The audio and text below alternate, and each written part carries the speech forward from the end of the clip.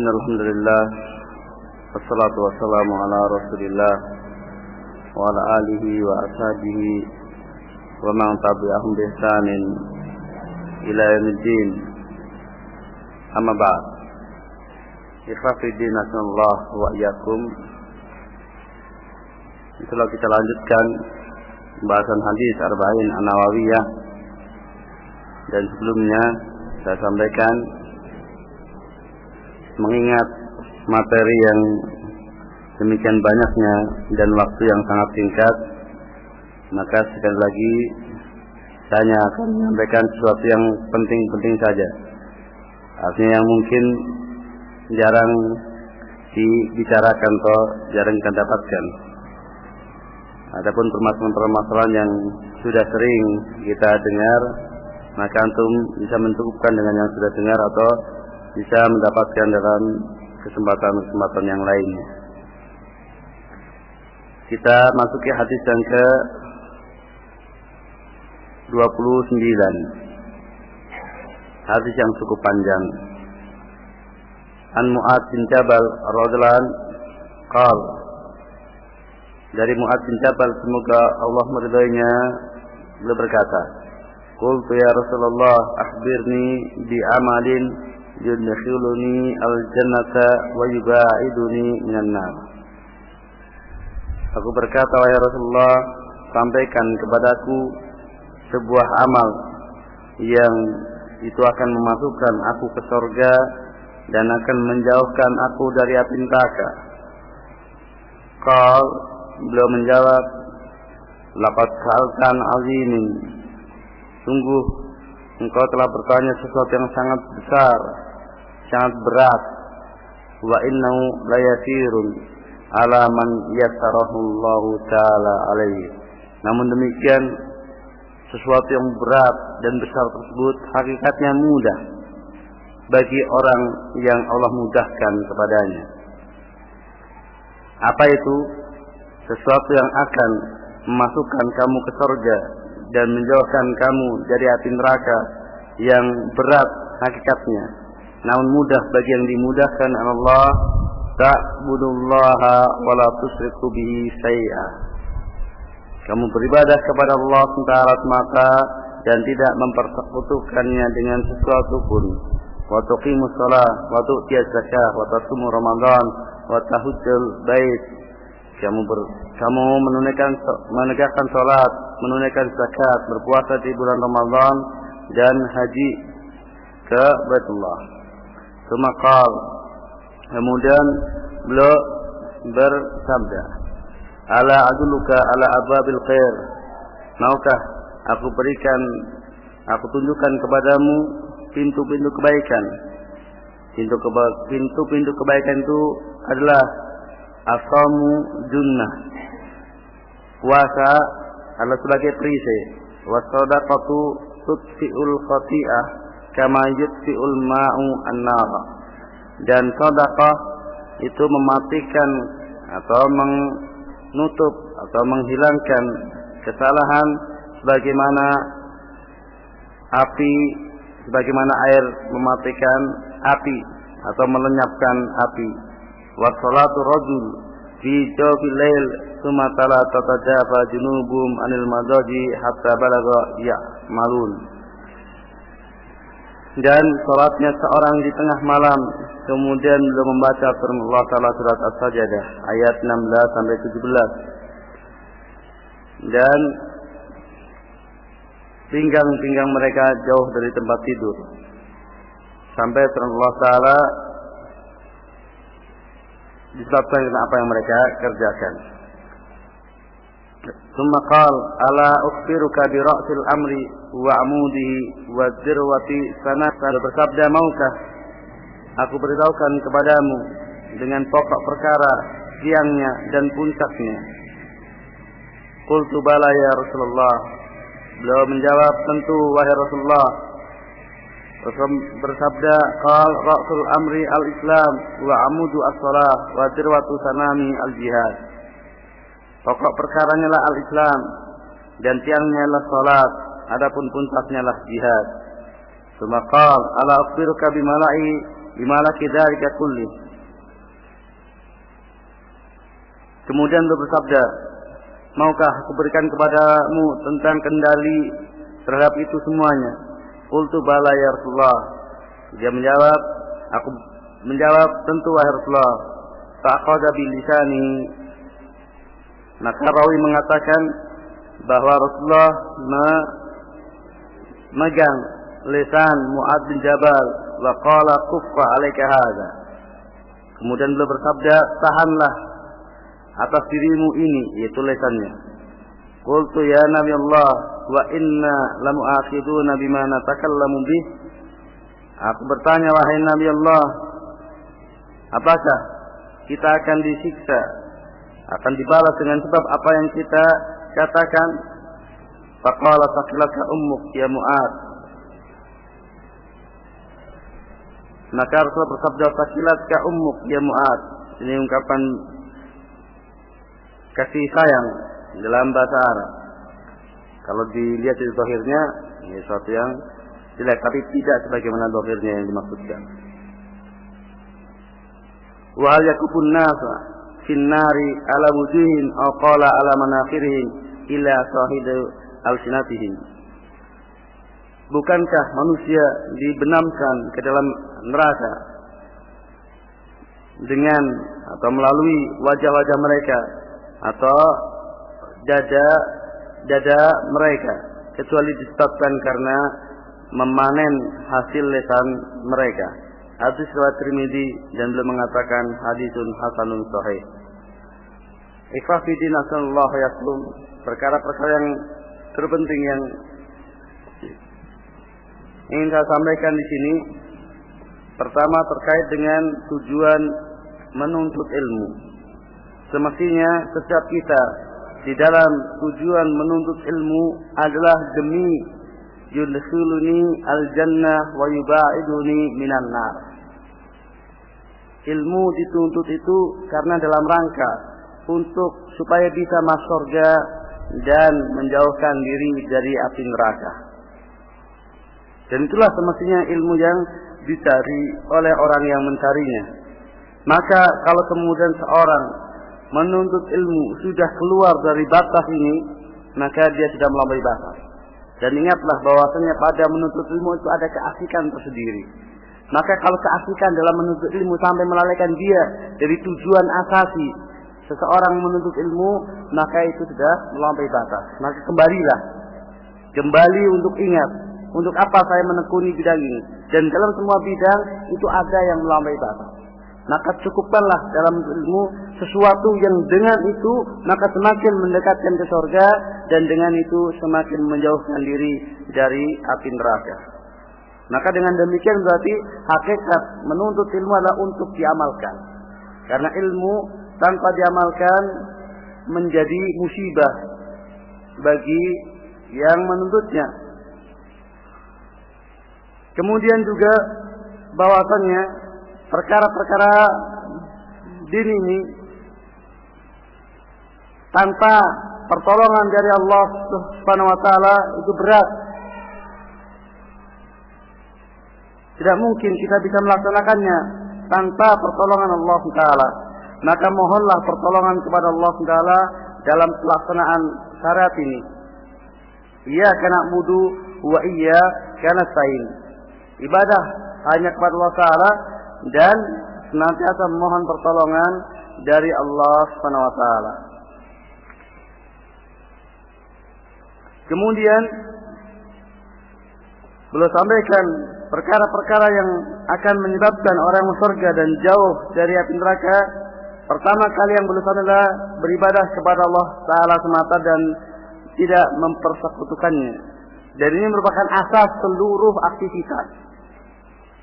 Jadi dasar seluruh aktivitas untuk kemudian bernilai mendekatkan ke surga dan menjauhkan dari api neraka kalau didasari oleh tauhid.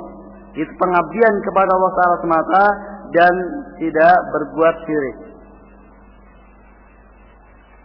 Pengamalan yang lainnya kalau tanpa dasar ini maka tidak berfungsi sama sekali terhadap menjauhkan dari api neraka dan mendekatkan ke surga. Amalan yang lainnya, salat, zakat, puasa, haji, tanpa dilandasi tauhid, maka tetap saja akan memasukkan pelakunya ke dalam neraka dan tidak menyebabkan pelakunya ke surga. Maka perhatikan baik-baik.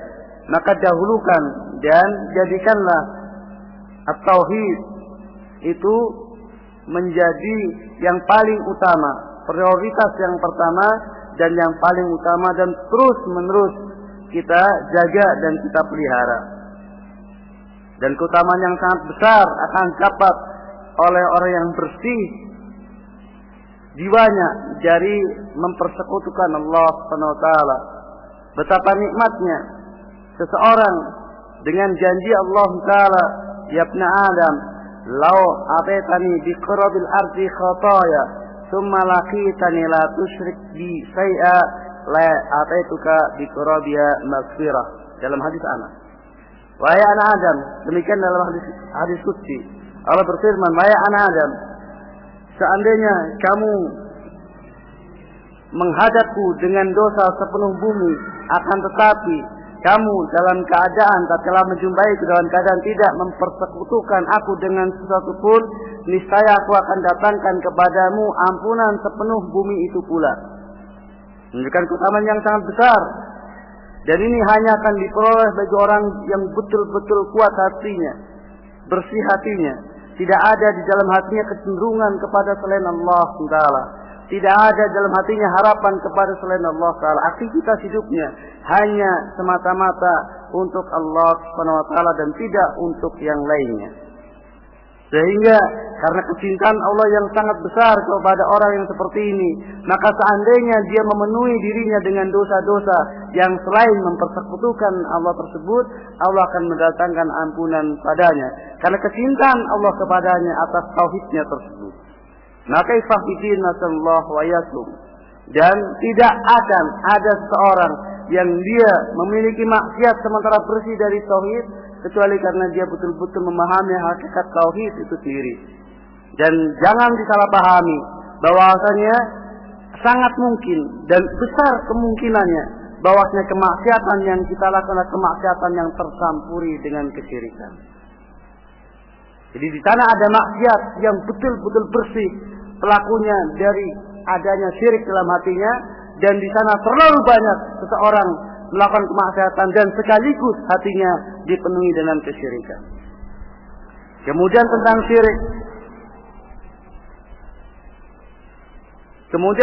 syirik. Ulama membagi berdasarkan dalil-dalil yang ada, syirik terbagi menjadi dua, syirik akbar dan syirik asghar. Syirik akbar,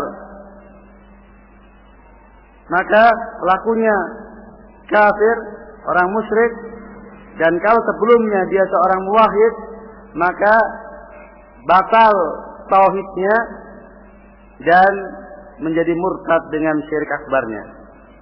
Adapun syirik asghar, maka pelakunya dosa besar dengan syirik asgharnya.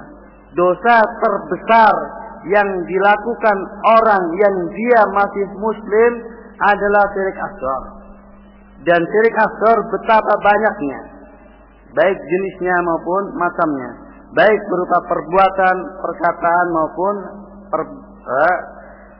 aktivitas hati. Banyak sekali kita, kalau antum mau mencermati, kalau kita mau mencermati terhadap aktivitas kita, maka terlalu banyak terjerumus ke dalam syirik asghar. Padahal syirik asghar adalah dosa yang sangat besar. Maka sadarlah bahwasanya kita itu hakikatnya dosanya amat sangat banyak. Sebagaimana Allah katakan dalam hadis yang juga akan kita pelajari, innakum tukhti'una bil-laili wan-nahar. Ya, kamu senantiasa berdosa pagi, siang dan malam. Kemudian belum menyebutkan bentuk-bentuk amalan yang lainnya, salat, zakat, puasa, haji, ma'ruf semuanya. Kemudian dikatakan di sini bahwasanya puasa yang dilakukan seseorang itu sebagai junnah, sebagai perisai, ya perisai dari azab Allah Subhanahu wa taala. Dan sedekah itu bisa menghapuskan kesalahan. Dan demikianlah amal aktivitas seseorang itu bisa menghapuskan kejelekan. Innal hasanat yudhibna as-sayyi'at. Dan sesungguhnya hasanat itu bisa menghapus kejelekan. Dan terlalu banyak hadis-hadis Nabi sallallahu alaihi wasallam yang menjelaskan bahwasanya aktivitas kebaikan seorang itu bisa menghapuskan kesalahannya. Dan ulama sebagaimana tersebut dalam hadis memahami dari hadis Nabi sallallahu alaihi wasallam malam turtakabul kabair, selama tidak melaksanakan kabirah. Artinya hasanat, amal kebajikan yang bisa menghapuskan sayyiat itu sayyiat yang bukan kabair, yang bukan dosa besar. Kalau kemudian sayyi'ah tersebut merupakan dosa besar, maka tidak akan hapus dengan amal soleh semata, tetapi harus bertobat kepada Allah SWT. Termasuk di dalamnya amalan yang mendekatkan ke surga dan menjauhkan dari api neraka adalah salat di tengah malam, di mana bagaimana baru saja kita pelajari, ketika itu Allah Ta'ala turun ke langit dunia dan melihat kepada para hambanya, menawarkan berbagai macam tawaran kepada hambanya. Barang siapa yang minta, Allah akan beri. Barang siapa yang berdoa, Allah kabulkan. Dan barang siapa yang mohon ampun, maka Allah ampuni. Maka ikhlas bidin sallallahu alaihi wasallam adalah termasuk tercela seorang, apalagi tulabul ilmi, yang meninggalkan malamnya tanpa sholat walau 1 rakaat. Jadi laksanakanlah sholat malam walau 1 rakaat. Kalau kemudian kita khawatir bahwasanya kita senantiasa kesiangan dalam artian azan subuh baru bangun, maka laksanakan sholat sebelum tidur. Sebagaimana sahabat Nabi, bahkan Abu Bakar Siddiq radhiyallahu anhu membiasakan sholat malamnya sebelum tidur, karena khawatir nanti tidak bangun.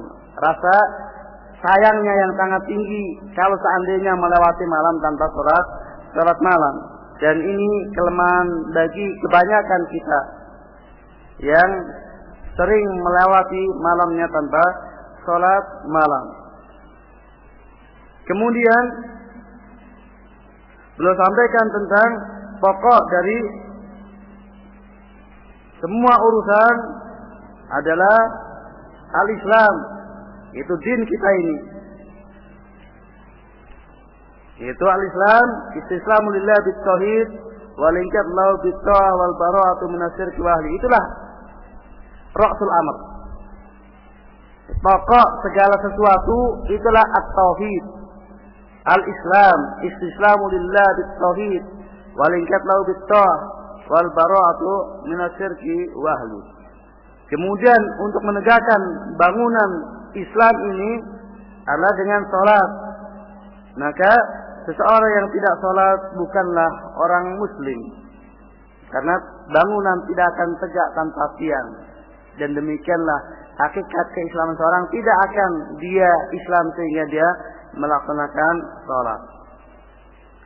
Kemudian di sini Rasulullah Sallallahu Alaihi Wasallam menggambarkan bahwasanya puncak atau punuk dari urusan tersebut adalah jihad. Disamakan jihad dalam Islam itu seperti punuk onta, ditinjau dari sisi bahwasanya punuk pada onta itu adalah yang membedakan onta dengan binatang-binatang yang lainnya.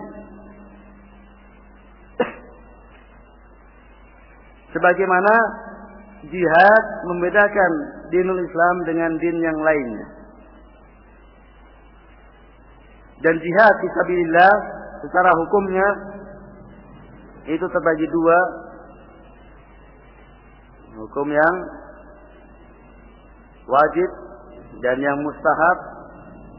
Dan yang wajib juga terbagi menjadi dua, wajib ain maupun wajib atau wajib kifayah, sesuai dengan perincian yang ada dalam kitab-kitab fikih. Nah, Rasulullah Shallallahu Alaihi Wasallam memberitakan bahwasanya kunci dari itu semuanya, artinya kendali untuk bisa melaksanakan itu semuanya, yaitu terletak pada kemampuan untuk menjaga lidah, menjaga lisan. Ini menunjukkan bahwasanya orang yang mampu menjaga lisannya, maka dia akan mampu untuk melaksanakan amal-amal yang lainnya. Dan orang yang tidak mampu menjaga lisannya, maka dia pun akan rusak akan buruk dalam amal-amal yang lainnya.